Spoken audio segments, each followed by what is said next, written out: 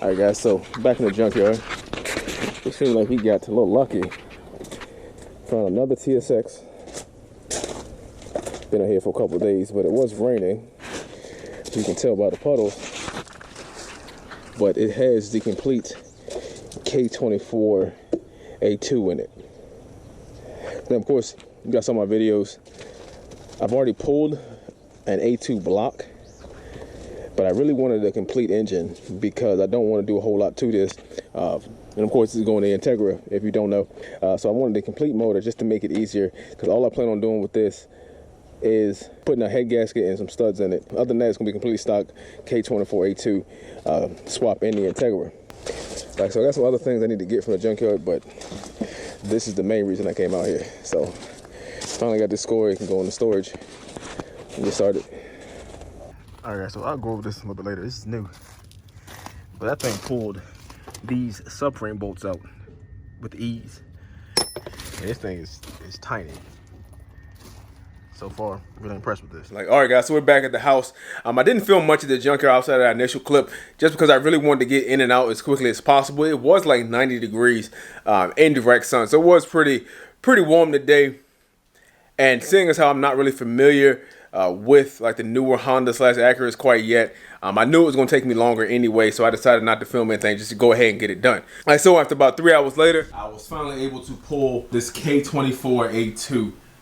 Just like the Mitsubishi, that says it right here on the engine, K24 A2. This is the one that you want if you want like a ready to go K24, if you're not familiar with the Honda scene. And I really wanted a complete motor. Of course, you guys know, if you do follow, I already picked up a block from another TSX. That was an 06 TSX that somebody had to remove the head from. But it was missing a bunch of the pulleys. It was missing the timing cover, stuff like that. They had broken or just was not there when I went to pull it. Like, the 06 cylinder head has bigger valves, so that's why that one is desirable. And that's the one I really wanted. But TSXs are actually kind of hard to find around here. So I decided to go ahead and grab this while it was available. The car had been out there for a couple days. So I went to the yard first. I didn't even take all my tools with me, just my backpack that I carry, and went and found the car. So once I saw it had not been touched, or not really been touched, saw that the engine was still there, I decided to go ahead and pull it, ran back to the truck, got my heavy duty stuff, which all my half-inch stuff, my big tools, and came back to the car and was able to pull this.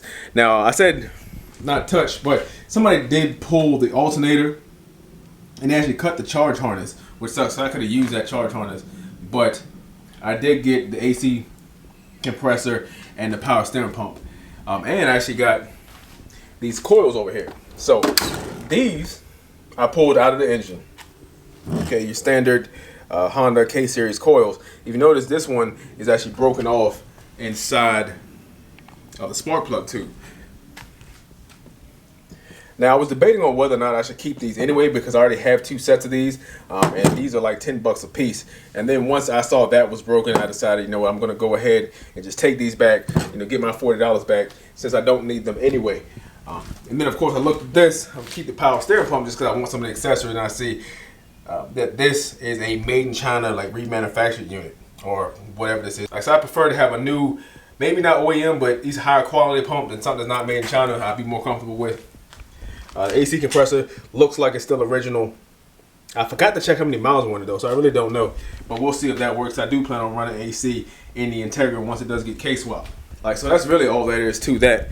But looking at this thing, it's just amazing how different this K-Series is from like the 4G motors. Now, of course, the 4G 63, 64 is a much older design. So of course you expect there to be some progress. But this thing is actually really compact. Get one of my old valve covers just so you guys can see.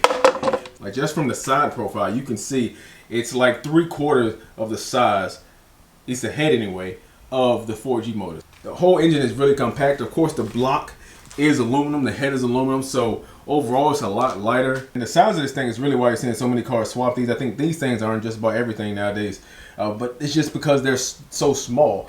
I think, not including the oil pan, that this right here is the widest point of the engine itself, of course, not including the accessories. And this is all of, let's call it 9 inches. Like, so at its widest point, this K24 is 9 inches. So of course you can fit these in just about anything. They don't weigh much, and of course they do make a bunch of power. They're really efficient. Like, so that's the thing about these motors, and the B series motors the same way, is they're not that big because they don't have to be. They're just really efficient and they make power really easily because they're so well designed. That's not to say that the 4G motors aren't. I think the 4G motors are just really stout. Like, there's a lot of material there, especially with the cast iron block. They're really strong. You can throw a ton of boost at them and they work really well and they make good power. So I'm definitely not saying that the 4G isn't a good motor. But of course, this is just a lot newer. So you would have to compare this to something like the 4B11.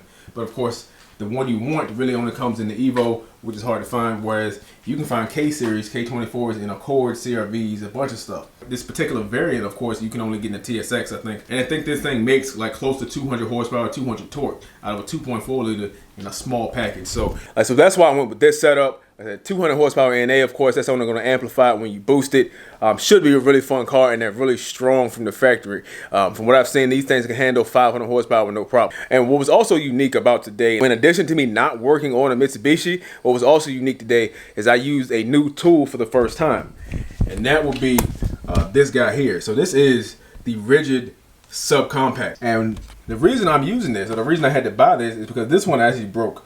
Fortunately, it didn't break at the junkyard. It was here at home, but it just stopped working. You can see there is a charged battery in it, and nothing happened. So I searched the internet. They said take it apart, look for any loose connections. I didn't see anything that looked loose or looked obvious.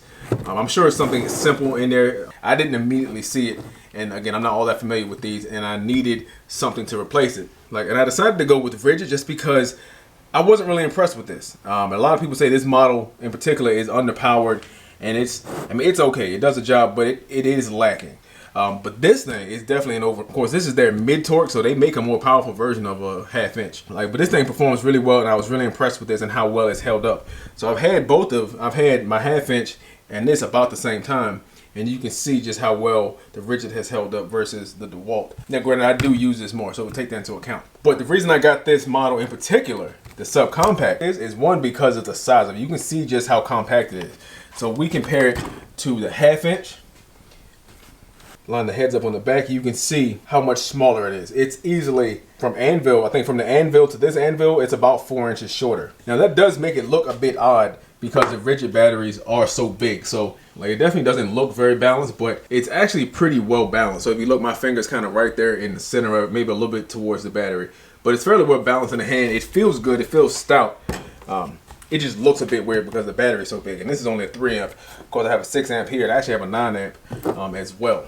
But the big thing, and what I really found out today, is this thing, just like this one, is an overperformer. I didn't need this, but maybe 3 times to get this entire engine out. And of course, with Hondas, you have to take off the subframe. You have these huge subframe bolts. These guys here, there's a bunch of these, as you can see. And this thing handled those no problem. There was only a handful of times I actually had to take this out to use that. But even if we compare this to the DeWalt, and of course this is not a big tool, it's a 1/4 inch impact driver. If we line up the heads, of course with this being a 1/4 inch, you have to use an adapter to put a socket on here. So I typically use these deep well sockets. I have a set of them that I take to the junkyard.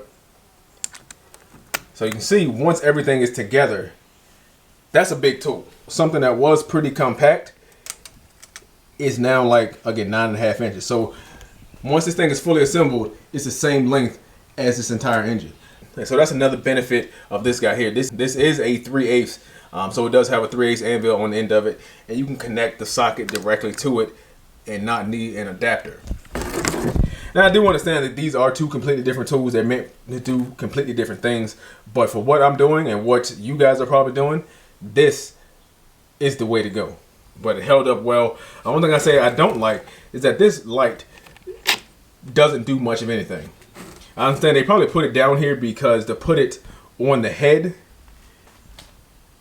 it wouldn't have been able to be as compact like this one. But this little light here is almost completely useless. I didn't see this helping at all. But yeah, guys, so that's it. You see, we got the new complete K24A2 for the Integra. I also have a new hatch for it to replace the one that's on there. This one is actually in really good shape. It's not perfect, but it's a lot better one. It's in a lot better shape than the one that is on the car. So we got some Honda stuff coming. You guys just stay tuned. Of course, I got the Galant out here. It is running well so far. If you haven't already, make sure you subscribe to my channel to follow both the build of my Galant. Of course, that one is going to be a really unique project, and of course the Integra, which I'm still going to try to document in detail because I feel like there are still some opportunities as far as that goes, even though what I'll be doing with that isn't really all that crazy. So thank you guys for watching my video. If you haven't already, hit that like button, hit the subscribe button. Have a great day.